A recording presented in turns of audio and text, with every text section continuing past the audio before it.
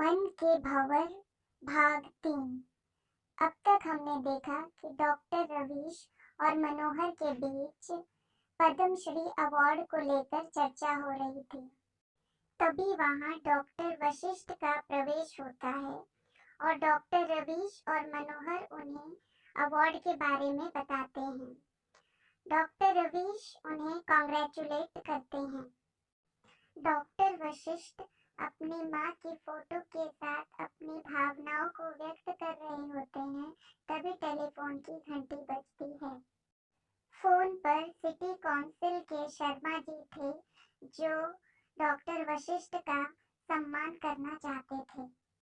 Doctor Vashishtha सम्मान समारोह में जाने की अपनी स्वीकृति दे देते हैं। वे डॉक्टर रवीश के साथ मिलकर वहां दिए जाने वाले भाषण को तैयार करते हैं। अब आगे। डॉक्टर का भीतर प्रस्थान। रवीश मनोहर से। कुर्सियों के कवर मत बदलना, नहीं तो लगेगा कि खास तौर से हम लोगों ने तैयारी की है।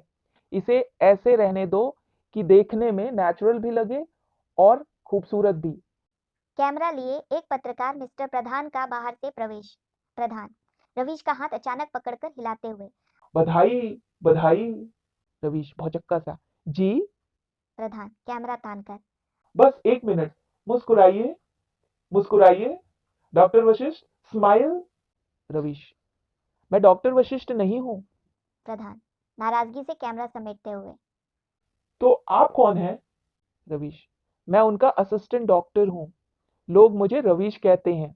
प्रधान उत्साह से रवीश का हाथ झकझोर कर। बड़ी खुशी हुई आपसे मिलकर डॉक्टर रवीश। रवीश अपना हाथ समेटते हुए। मुझे भी mister mister Pradhan. Mister Pradhan, chief correspondent of new deal. दरबारी ढंग से सिर झुकाता है। Ravish oh yes. मिस्टर प्रधान, कहिए मैं आपकी क्या सेवा कर सकता हूँ? प्रधान, आप ही तो मेरी सहायता कर सकते हैं। देखिए, अभी तक तो कोई करस्पॉन्डेंट यहाँ नहीं आया। रवीश, जी नहीं। प्रधान, तो सुनिए, अभी और लोग आएंगे ही, लेकिन आप मुझे डॉक्टर साहब के बारे में कुछ ऐसी बातें बताएं कि मेरा राइटअप सबसे अलग हो। सिगरेट का डब्बा बढ़ाते हुए। लेकिन वादा करें कि आप किसी दूसरे करस्पॉन्डेंट को नहीं बताएंगे। अबला सोंधी का बाहर से प्रवेश। अबला वाह मिस्टर प्रधान, सिगरेट की रिश्वत देकर आप एक्सक्लूसिव स्टोरी के चक्कर में हैं, मगर जनाब हम तो आ ही गए। प्रधान नाराजगी से। आप आ ही गई तो धन्यवाद आपके, करम फूटे हमारे। अबला रवि से। मुझे अबला सोंधी कहते हैं, मैं नेशन की प्रतिनिधि हूँ। प्रधान, इन्हें कहते हैं न्यूज डॉग। न्यूज डॉग नहीं, न्यूज। जाने दीजिए, सूंघते सूंघते आ पहुंची। अबला रवि से। आपका परिचय? रवीश, मैं डॉक्टर वशिष्ठ का असिस्टेंट डॉक्टर रवीश। अबला आप डॉक्टर साहब के साथ कब से हैं? वर्मा और पांडे नामक पत्र प्रतिनिधियों का बाहर से प्रवेश। रवीश पिछले 5 साल से। सब नोट करते हैं। अबला आपकी उनके बारे में क्या राय है? रवीश, राय? बहुत अच्छी राय है। अबला उनका आपके प्रति व्यवहार कैसा है? रवीश, डॉक्टर वशिष्ठ मनुष्य नहीं देवता हैं। वे मेरे गुरु हैं, किंतु उनके व्यवहार में मुझे सब कुछ मिल जाता है। पिता का प्यार, भाई का विश्वास और मित्र का सुख।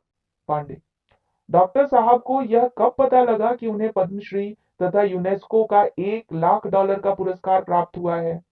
रवीश, आज कुछ देर पहले तार आया था।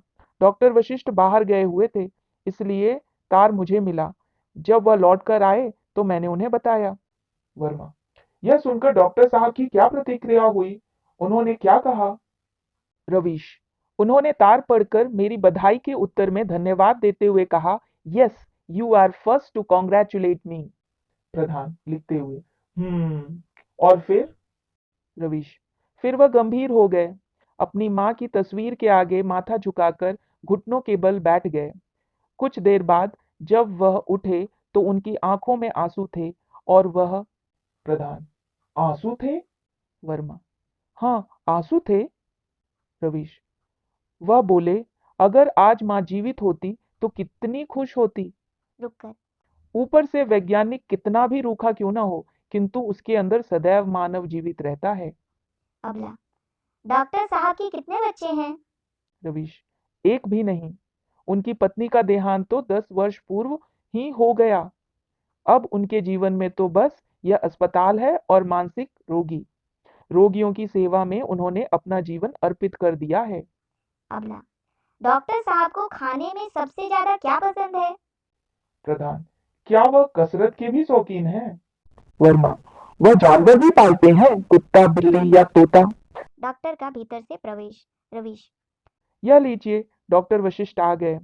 सब बधाई देते हुए डॉक्टर को घेर लेते हैं। Pradhan, I am Pradhan of new deal. Verma, I am Verma of torch bearer. Pandey, I am Pandey of Yug ki आवाज।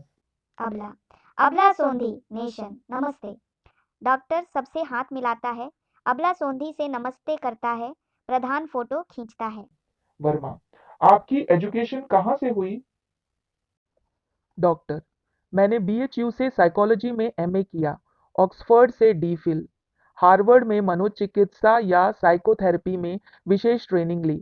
मैं रूस और पूर्वी जर्मनी भी अपने अध्ययन के सिलसिले में न्यू टेक्निक्स तथा प्रगति देखने गया था। पांडे, आपके पिता क्या करते थे? क्या वह बहुत बड़े आदमी थे? डॉक्टर, मेरे पिता बहुत ही साधारण कोटि के आदमी थे। जिस साल मैंने बीए किया था उनका देहांत हो गया था। वर्मा, तब आपने पढ़ाई कैसे जारी रखी? डॉक्टर, मेरी माँ ने अपने सारे जेवर और मकान बेचकर मुझे इस योग्य बनाया कि मैं आज का दिन देख सका। मैं उससे कभी उऋण नहीं हो सकता। अबला, डॉक्टर वशिष्ठ, अगर आज आपकी पत्नी जीवित होती तो वह क्या कहती? डॉक्टर चुप रहता है। अबला, आपने बताया नहीं डॉक्टर वशिष्ठ, अगर आज आपकी पत्नी जीवित होती तो क्या कहती? वर्मा, जी हाँ, वह क्या कहती? छाया का बाहर से प्रवेश। वह देखने में बीमार लगती है। उसकी आंखों के नीचे गहरी काली छाया है। वह साधारण कपड़े पहने हैं। छाया, अगर आज डॉक्टर साहब की पत्नी जीवित होती तो वह खुशी से पागल हो जाती। अबला आश्चर्य से, आप कौन हैं? छाया, मैं डॉक्टर साहब की पत्नी की सहेली हूँ। डॉक्टर साहब को बधाई देने आई हूँ। आज डॉक्टर साहब की पत्नी जीवित होती तो वह इतना सुख सह ना पाती। कौन सी ऐसी पत्नी होगी जो पति के सम्मान में अपना सम्मान समझकर उससे भी अधिक सुखी ना हो? डॉक्टर, लेकिन 10 वर्ष पहले उसकी मृत्यु हो गई। छाया, हाँ वो मर गई। वह इतनी अभागी थी कि इस सुख की साझीदार नहीं बन सकी। हाँ वह बहुत अभागी थी। रो पड़ती है। वह बहुत अभागी थी। सब लोग आश्चर्य से उसकी ओर देखते हैं। अबला, आप रो क्यों रही हैं? यह तो खुशी का मौका है। छाया, अपने को संभाल कर। माफ कीजिएगा आप लोग, इस खुशी के मौके पर मुझे डॉक्टर साहब की पत्नी की याद आ गई। आंचल से आंखें ढक लेती है। पांडे, तब तो आप डॉक्टर साहब की पत्नी के बारे में अवश्य बता सकेंगी। वर्मा, डॉक्टर साहब की पत्नी का क्या नाम था? बताइए ना, क्या नाम था? छाया सधे शब्दों में, छाया। वर्मा नोट करता हुआ। छाया, डॉक्टर साहब आपके पास कोई उनका फोटो है? डॉक्टर जब कोई उत्तर नहीं देता तो वह छाया से पूछता है। उनका रंग रूप क्या था? प्रधान, हाँ, वह देखने में कैसी थी? छाया उत्तर नहीं देती, इसलिए कुछ क्षण का सन्नाटा। अबला, वह गोरी थी या सांवली, लंबी या नाटी, मोटी या पतली? छाया, वह बिल्कुल मेरी जैसी थी। डॉक्टर, मैं नहीं चाहता कि मेरी मृतक पत्नी का जिक्र हो। वह पत्रकारों से दूर जाकर कोने में खड़ा हो जाता है। सब पत्रकार आश्चर्य से निगाहों में प्रश्न भरकर उसकी ओर देखते हैं। रवीश स्थिति की गंभीरता और कौतूहल दूर करने के लिए पत्रकारों से धीमे स्वर में, बात यह है कि डॉक्टर साहब अपनी पत्नी से बेहद प्यार करते थे और अब जब कभी भी उनका जिक्र आता है तो वह अपने को संभाल नहीं पाते। छाया, जैसे स्वप्न में अपने आप ही, हाँ वह अपनी पत्नी को बेहद प्यार करते थे, बेहद प्यार करते थे। डॉक्टर असंतुलित अशांत सा भीतर चला जाता है। रवीश किंग कर्तव्य विमूढ़ सा जाते डॉक्टर वशिष्ठ को देखता है, फिर पत्रकारों की ओर देखता है और अंत में डॉक्टर के पीछे वह भी घर के भीतर चला जाता है। पांडे, यह तो बताइए कि डॉक्टर साहब की पत्नी की मृत्यु किस रोग से हुई? छाया, उसे तैरने का बड़ा शौक था। वह जिंदगी को एक नदी समझती थी, लेकिन वह बहुत नासमझ थी। उसे नहीं मालूम था कि नदी में भंवर भी होती है। वह एक बार ऐसी ही भंवर में फंस गई, फिर ऐसी डूबी कि उसका पता ही नहीं लगा। सिसकियों में सच वह बहुत अभागी थी। सब पत्रकार छाया की ओर देखते हैं। उनकी समझ में नहीं आता कि वह क्या करें। तभी भीतर से रवीश का प्रवेश। रवीश, डॉक्टर साहब आप लोगों से निवेदन कर रहे हैं कि इस समय आप लोग जाने का कष्ट करें। वह आपसे कल मिल सकेंगे, लेकिन इस समय आप लोग जाएं। उनकी तबीयत ठीक नहीं है। वर्मा अनिच्छा और आश्चर्य से कंधा सिकोड़कर। बहुत अच्छा। Pradhan, goodbye doctor Ravish. Ravish, goodbye. पत्रकारों का बाहर प्रस्थान। रवीश छाया से। आप ठीक से बैठ जाइए। आप डॉक्टर साहब की पत्नी की सखी हैं। आप कॉफी पीजिएगा या चाय? छाया उत्तर नहीं देती, वह जड़ बनी रहती है। तभी डॉक्टर का भीतर से प्रवेश। डॉक्टर, रवीश, तुम जाकर पेशेंट नंबर 7 को ऑब्जर्व करो। मैं जरा इनसे बात करूंगा। रवीश, जी अच्छा। बाहर प्रस्थान। डॉक्टर छाया से। तो तुम जीवित हो? छाया तुम स्वयं ही देख रहे हो। डॉक्टर, देवेंद्र कहाँ है? छाया मुझे नहीं मालूम। डॉक्टर, तुम मुझसे आखिरी बार कब मिली थी?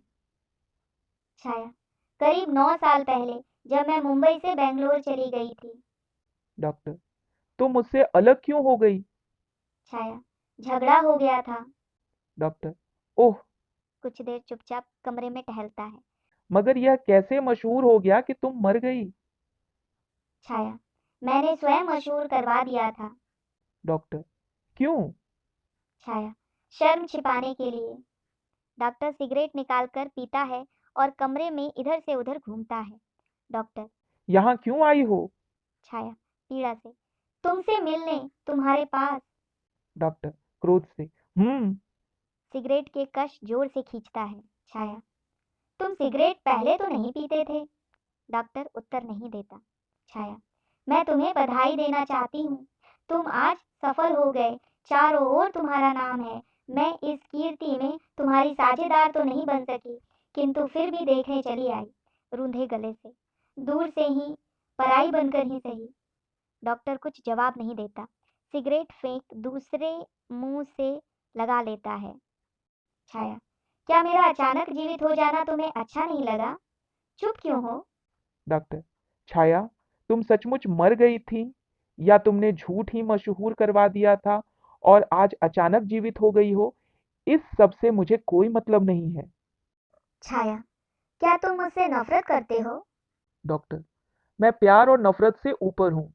तुम जो थी वह मेरे लिए उस दिन मर गई जिस दिन तुम देवेंद्र के साथ घर से भागी थी, और तुम अब कभी भी जीवित नहीं हो सकती।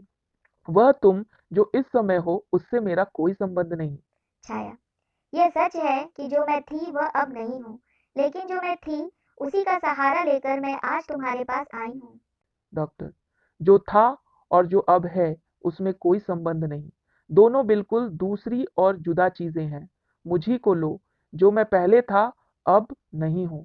पहले मैं सिगरेट नहीं पीता था, अब सिगरेट पीता हूँ। छाया सिगरेट पीने और ना पीने से तो आदमी बदलता नहीं।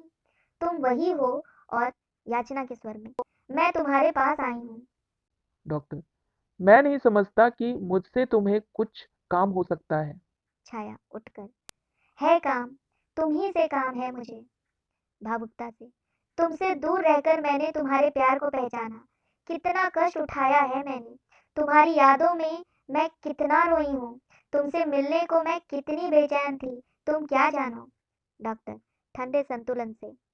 तुम तो बहुत अच्छी एक्टिंग कर लेती हो। देवेंद्र से कहती तो वह तुम्हें फिल्मों में काम दिलवा देता। छाया के चेहरे पर एक क्षण को अभिमान जाग उठता है, किंतु शीघ्र ही उसकी आंखों में याचना भर जाती है। छाया इतने क्रूर ना बनो। मैं तुम्हारे हाथ जोड़ती हूँ। मैं बहुत दुखी हूँ। डॉक्टर, तो मैं क्या करूं?